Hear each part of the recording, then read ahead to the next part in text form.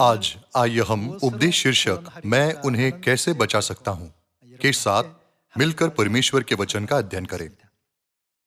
न्यायों के दिनों में परमेश्वर ने गिदोन को इज़राइल को मिद्यानियों के हाथ से बचाने की आज्ञा दी। गिदोन ने सोचा, मैं 12 गोत्रों में से सबसे कमजोर गोत्र से हूं और मैं अपने परिवार में सबसे छोटा हूं। मैं इज़राइल को मिद्यानियों से जो 8 वर्ष से हम पर अत्याचार करते आए हैं कैसे छुड़ाऊंगा। शुरू शुरू में जब गिदोन ने विभिन्न मुद्दों पर विचार किया तो इसने उसका सारा आत्मविश्वास छीन लिया। उसने नहीं सोचा था कि वह इस कार्य के लिए बिल्कुल भी सही व्यक्ति था। उसे विश्वास नहीं था कि उसके पास इज़राइलियों को मिद्यानियों से बचाने की शक्ति या नेतृत्व कौशल है। उसने परमेश्वर से उसे एक चिन्ह देने के लिए कहा कि वह अंत तक उसके साथ रहेंगे। इसलिए परमेश्वर ने उसे यह विश्वास करने में मदद करने के लिए कि वह उसके साथ है, उसे कई चिन्ह दिखाएं। तभी गिदोन ने परमेश्वर की इच्छा का पालन किया। पहले गिदोन ने परमेश्वर से पूछा, मैं इज़राइलियों को कैसे छुड़ाऊं? परमेश्वर का उत्तर था, क्या मैं तेरे साथ नहीं हूं? केवल परमेश्वर ही उत्तर थे। क्या मैं तेरे साथ नहीं हूं? मैंने कहा कि मैं इस काम में तेरी सहायता करूंगा और इज़राइल को छुड़ाऊंगा। फिर तुझे और कौन से उपकरण या किस व्यक्ति की आवश्यकता है? भले ही हम कहते हैं कि हम विश्वास की दुनिया में रहते हैं, फिर भी हम अपने विश्वास के जीवन का मार्गदर्शन करने के लिए इस दुनिया के तरीकों की तलाश करते हैं। यह इस तथ्य के कारण है कि हम भौतिक दुनिया से घिरे हुए हैं। यद्यपि हम दावा करते हैं कि हम परमेश्वर का कार्य कर रहे हैं, फिर भी ऐसा होता है। जब गिदोन ने परमेश्वर से पूछा, मैं इज़राइल को कैसे छुड़ाऊं? तो परमेश्वर ने यह नहीं कहा, एक प्रसिद्ध विद्वान को लाओ और उसकी बुद्धि से इस सुसमाचार कार्य को पूरा करो। परमेश्वर ने यह नहीं कहा, मेरी इच्छा पूरी करने के लिए तुम्हें हजारों लोगों की आवश्यकता है। परमेश्वर ने केवल यह कहा, क्या मैं तेरे साथ नहीं हूं? हम कमजोर और अयोग्य हैं, लेकिन जब भी मैं देखता हूं कि कैसे परमेश्वर ने आश्चर्यजनक रूप से मजबूत जातियों को हराने और पराजित करने के लिए उनका नेतृत्व किया जो कमजोर थे, तो मैं एक बार फिर विचार करता हूं कि हमें सुसमाचार के मार्ग पर चलते हुए और अपने विश्वास के जीवन को जीते हुए परमेश्वर के अद्भुत कार्य को कभी नहीं भूलना चाहिए। विश्वास के मार्ग पर चलते हुए आइए हम अन्य साधनों से उत्तर प्राप्त करने का प्रयास न करें, बल्कि हमेशा परमेश्वर में ही उत्तर की खोज करें।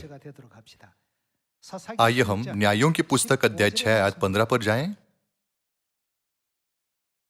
उसने कहा, है मेरे प्रभु, विनती सुन, मैं इज़राइल को कैसे छुड़ाऊं? देख, मेरा कुल मनश्शे में सबसे कंगाल है। उसने परमेश्वर को अपने परिवेश के बारे में समझाया। फिर मैं अपने पिता के घराने में सबसे छोटा हूं।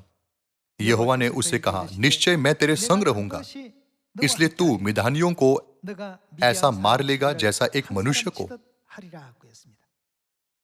मेरा घराना सबसे कमजोर गोत्र से है और मैं अपने पिता के घराने में सबसे छोटा हूं। आप यह कैसे कह सकते हैं कि मैं इज़राइलियों को मिद्यानियों के हाथ से छुड़ा सकता हूं?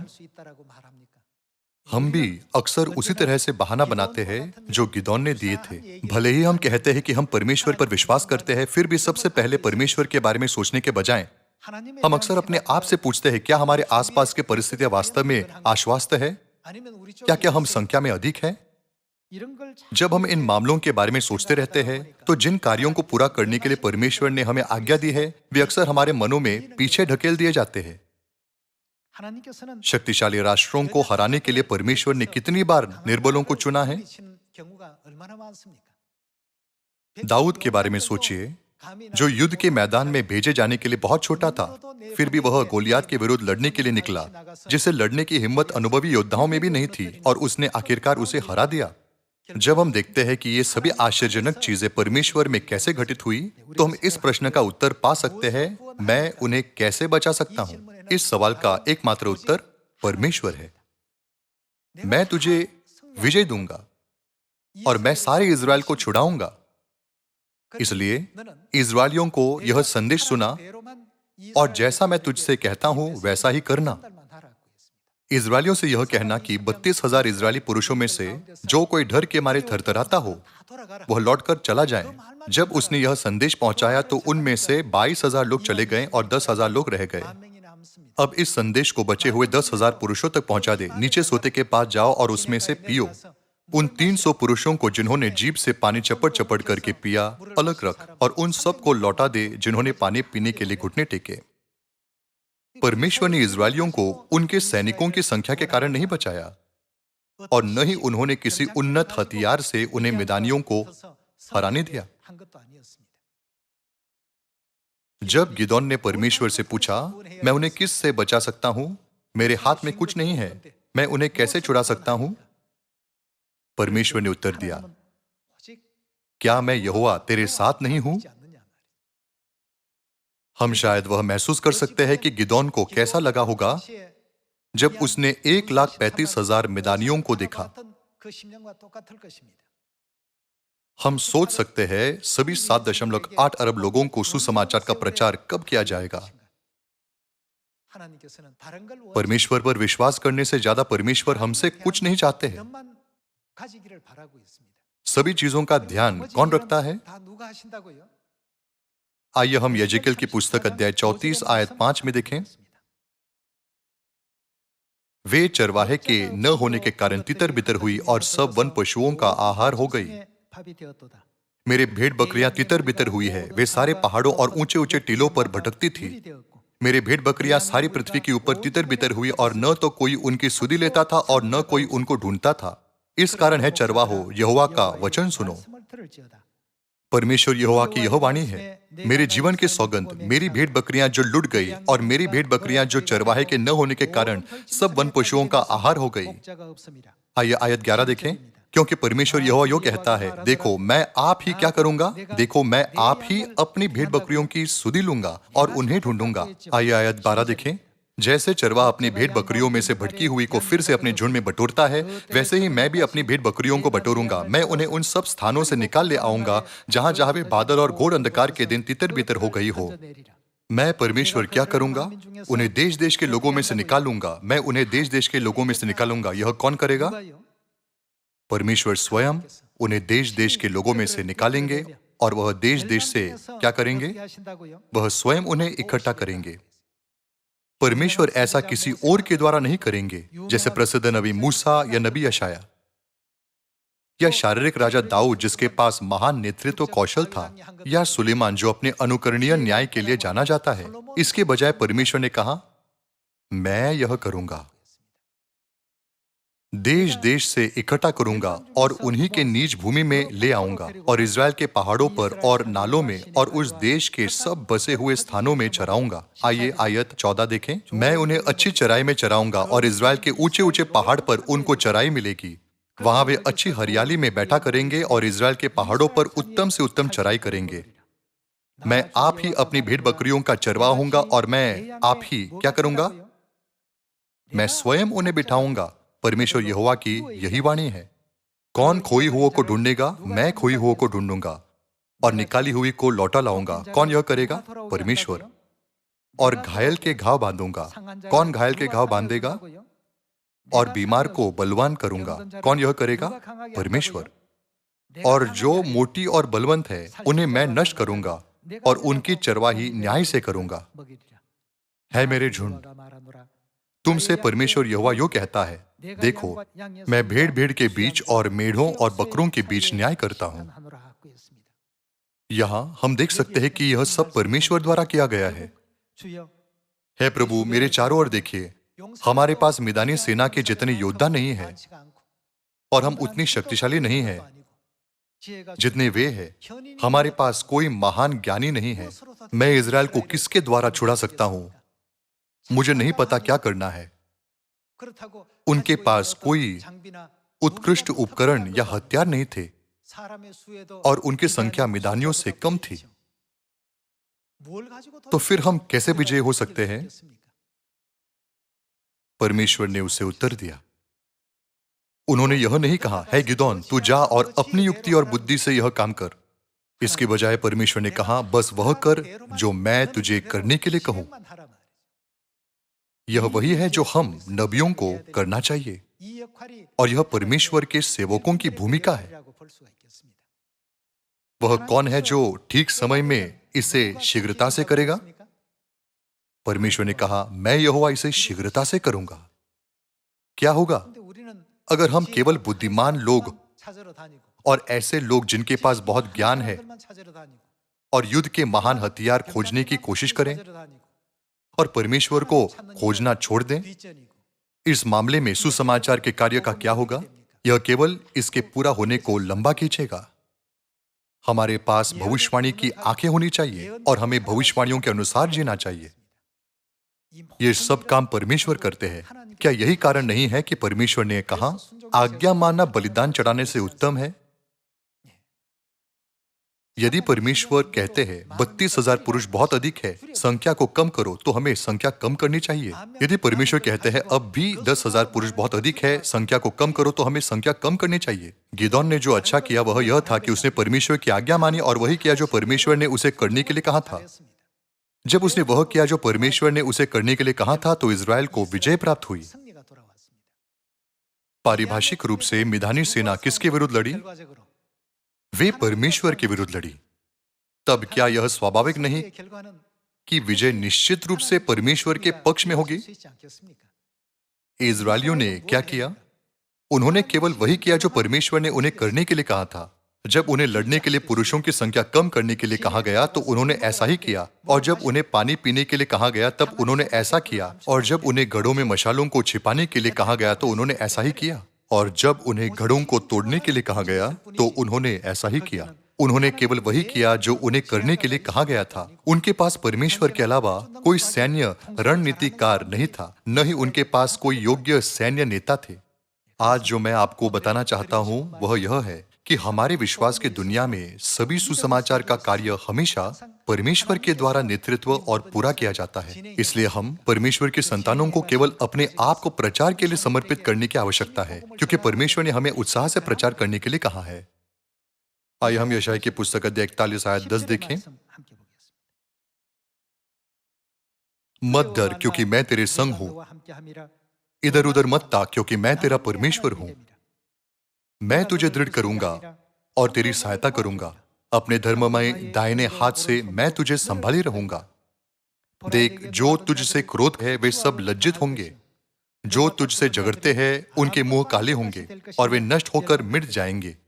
जो तुझसे लड़ते हैं उन्हें ढूंढने पर भी तू न पाएगा। जो तुझसे युद्ध करते हैं वे नष्ट होकर मिट जाएंगे। क्योंकि मैं तेरा परमेश्वर यहोवा तेरा दाहिना हाथ पकड़कर कहूंगा, मत डर, मैं तेरी सहायता करूंगा।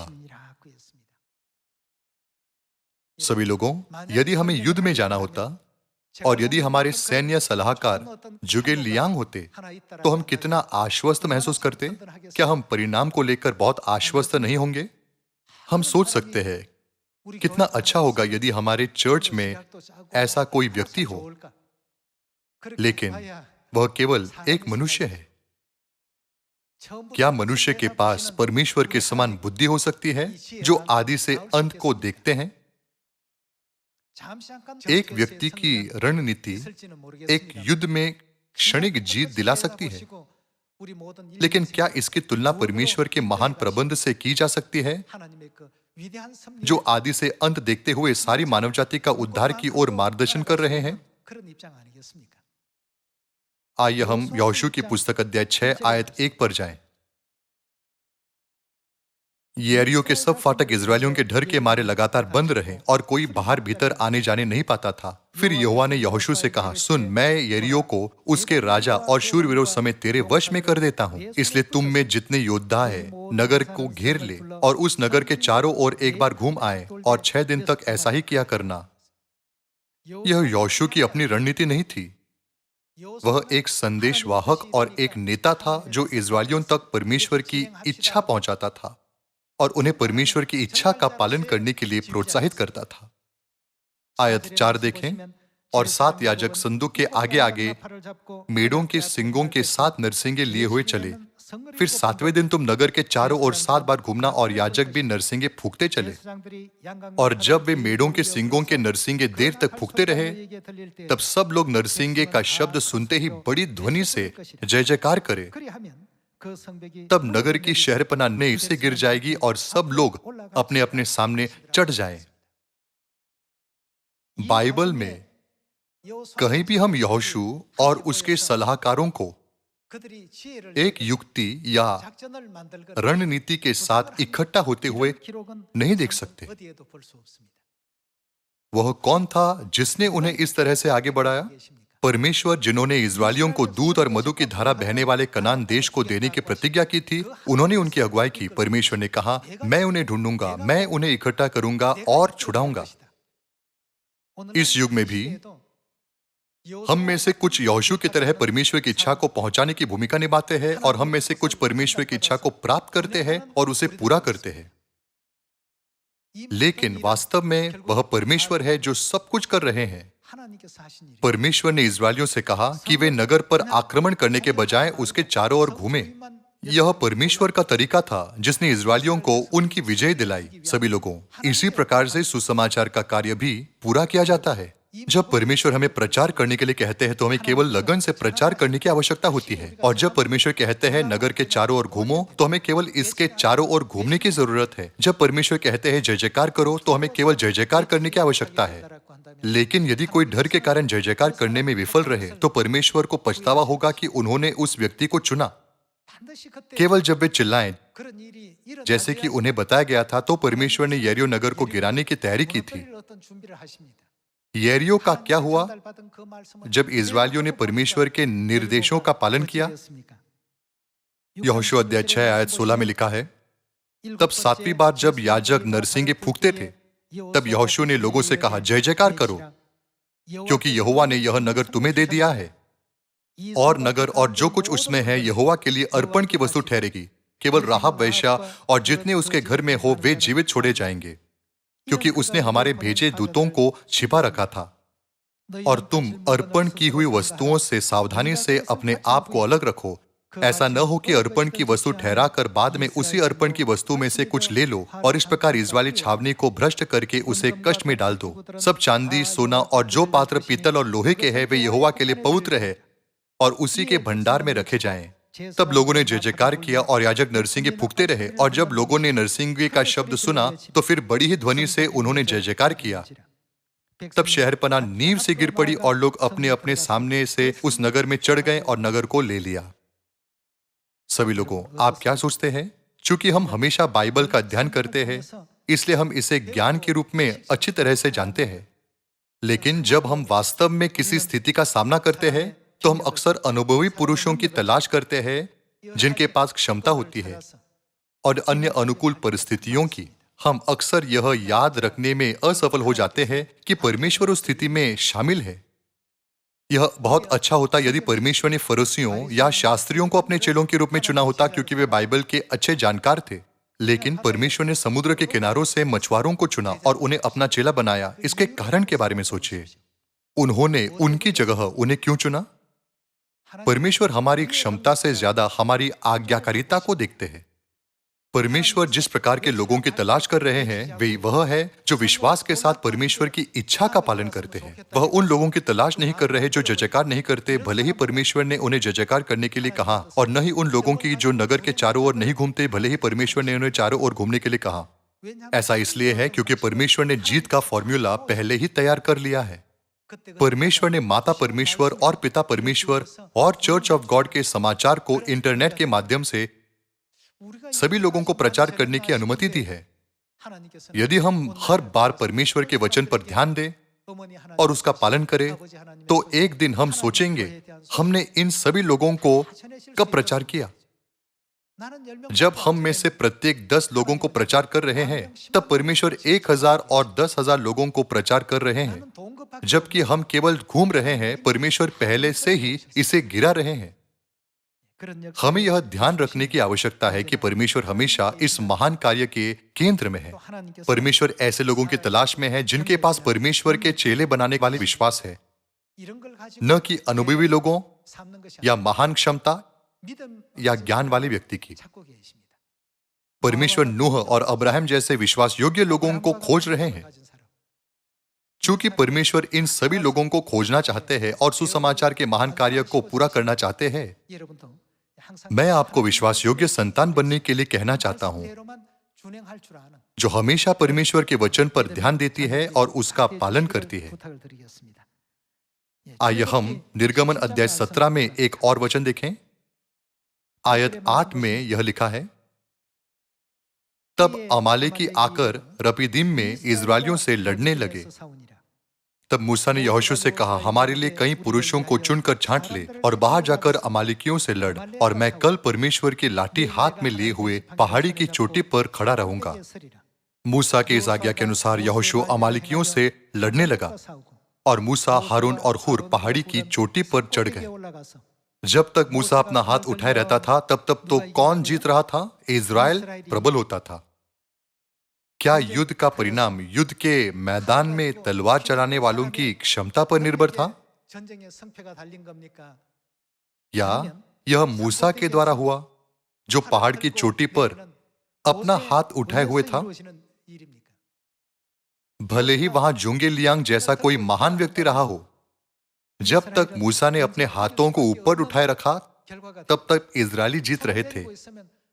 लेकिन जब भी उसने अपने हाथ को नीचे किया, वे हार रहे थे। यह सब घटनाएं हमें महसूस कराती है कि सारी शक्ति का स्रोत कौन है। हमें इस पर एक बार फिर से विचार करने की आवश्यकता है। इन घटनाओं के माध्यम से हम इस बात के महत्व को सीख सकते हैं कि हमारे पास विश्वास क्यों होना चाहिए, और हमें परमेश्वर के वचन में जोड़े या घटाए बिना परमेश्वर के प्रति पूर्ण आज्ञाकारिता का जीवन क्यों जीना चाहिए। मैं इज़राइल को कैसे बचा सकता हूं? मेरे पास न सामर्थ है, न शक्ति है, न धन है, न मैं औरों से अधिक विशिष्ट हूं। परमेश्वर, आपने मुझे क्यों चुना है? परमेश्वर ने गिदोन को किसी और चीज के लिए नहीं, बल्कि केवल उसके विश्वास के कारण चुना। इस युग में भी परमेश्वर ने हमसे कहा, तुम्हें 7.8 अरब लोगों को सुसमाचार का प्रचार करना चाहिए। वह वास्तव में परमेश्वर है जो प्रचार करते हैं।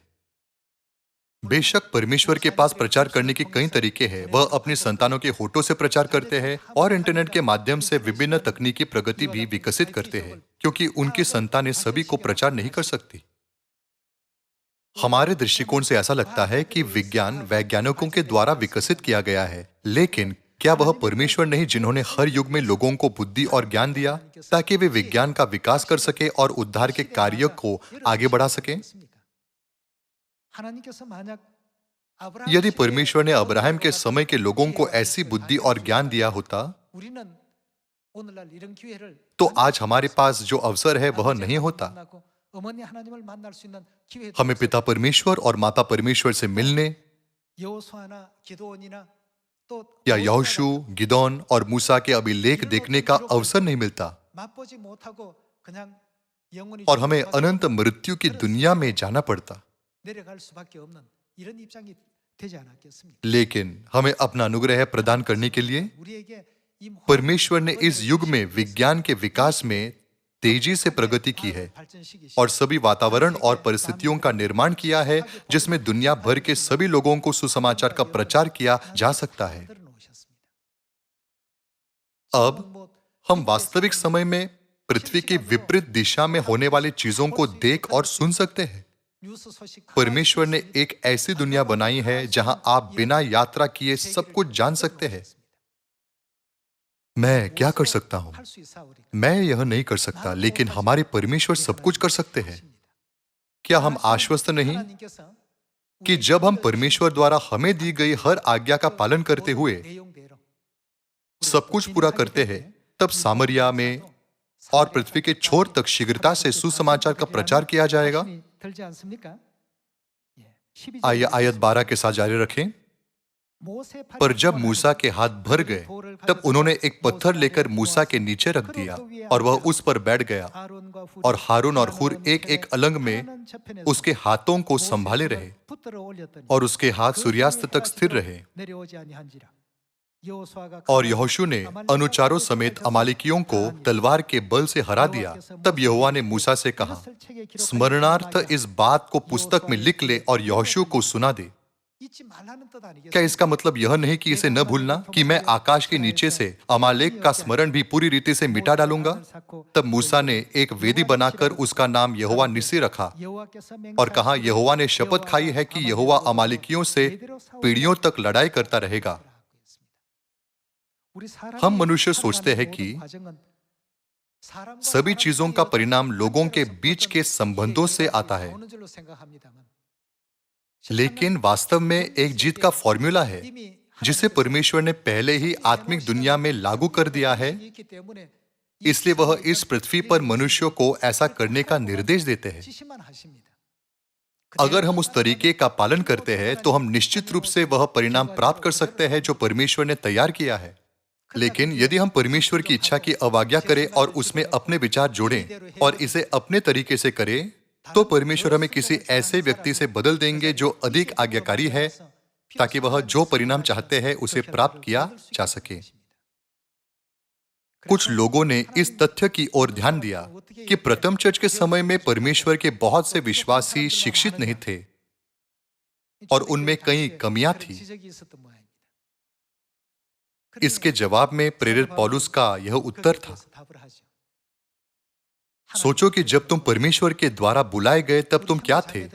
हमारे बहुत से भाई बहन ज्ञानवान नहीं थे, न बहुत कुलीन थे, न बहुत के पास धन था। तुम्हें क्या लगता है कि परमेश्वर ने ऐसे लोगों को क्यों चुना? यह निर्बलों के द्वारा यह प्रकट करने के लिए था कि शक्ति का स्रोत परमेश्वर में है। आपको ये वचन याद है ना? भले ही इस पृथ्वी पर हमारे पास प्रतिकूल परिस्थितियां हो, परमेश्वर उसे जो प्रतिकूल है और महान बना देते हैं। वह हमारे परमेश्वर है जो निर्बलों को बलवानों से अधिक बलवान बनाते हैं। वह परमेश्वर चर्च ऑफ गॉड में है। क्या यही कारण नहीं है कि चर्च ऑफ गॉड पूरी दुनिया को बचाएगा? यह न भूलिए कि परमेश्वर हमेशा हमारा खजाना है। हमें शीघ्रता से यह महसूस करना चाहिए कि परमेश्वर इस तीसरी आयामी दुनिया का संचालन कर रहे हैं जहां हम मनुष्य रहते हैं। इस तरह से सुसमाचार का कार्य और अधिक तेजी से पूरा किया जा सकता है और स्वर्ग का राज्य निकट आ सकता है। आइए इस पर एक बार फिर विचार करें। यशायाह अध्याय 60 आयत 20 में यह लिखा है, तेरा सूर्य फिर कभी अस्त न होगा और न तेरे चंद्रमा की ज्योति मलिन होगी, क्योंकि यहोवा तेरी सदैव की ज्योति होगी। परमेश्वर हमारी ज्योति होगी और तेरे विलाप के दिन समाप्त हो जाएंगे। जिस दिन हमारे विलाप के दिन समाप्त हो जाएंगे, उस दिन स्वर्गीय स्वर्गदूतों की दुनिया में हमें अनंत आनंद और खुशी प्राप्त होगी। हम परमेश्वर के साथ अनंत जीवन और आशीषों का आनंद लेंगे, जो हमें हर दिन एक नई सृष्टि देखने का आनंद देंगे। आइए आयत 21 देखें। तेरे लोग सब के सब धर्मी होंगे, वे सर्वदा देश के अधिकारी रहेंगे। वे मेरे लगाए हुए पौधे और मेरे हाथों का काम ठहरेंगे, जिससे मेरी महिमा प्रकट हो। छोटे से छोटा 1000 हो जाएगा और सबसे दुर्बल एक सामर्थी जाति बन जाएगा। मैं यहोवा हूं, ठीक समय पर यह सब कुछ शीघ्रता से पूरा करूंगा। परमेश्वर ने कहा कि वह सब कुछ करेंगे। हमें बस उस मार्ग का अनुसरण करने की जरूरत है।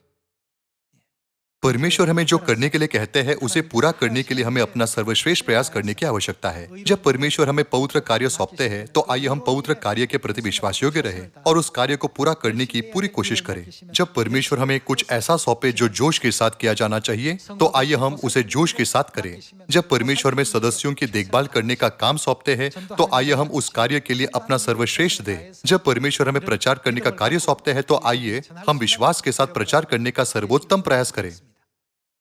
जब हम प्रचार करते हैं तो परमेश्वर ने हमें एक बात याद रखने के लिए कहा है। आइए हम यशायाह अध्याय 51 आयत 7 पढ़ें। है धर्म के जानने वालों, जिनके मन में मेरी व्यवस्था है, तुम कान लगाकर मेरी सुनो। हमें किससे डरने की जरूरत नहीं है।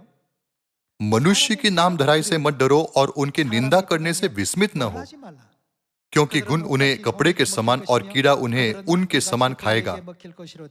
परंतु मेरा धर्म अनंतकाल तक और मेरा उद्धार पीढ़ी से पीढ़ी तक बना रहेगा। परमेश्वर ने हमें यह चेतावनी दी है। हमें किस बात से विस्मित नहीं होना चाहिए। परमेश्वर ने कहा, मनुष्य की निंदा करने से विस्मित न हो और उनकी नाम धराई के बारे में क्या, उनकी नाम धराई से मत डरो। हमें उनकी नाम धराई से डरने की जरूरत नहीं है, बल्कि हमें परमेश्वर की आज्ञा का पालन करते हुए दुनिया के सभी लोगों को सत्य की गवाही देने की जरूरत है। ऐसा करते हुए मुझे आशा है कि सियोन की सभी संतानें दुनिया को बचाने की नेतृत्व करेंगी। इसी के साथ मैं आज का उपदेश समाप्त करना चाहता हूं। आपका बहुत बहुत धन्यवाद।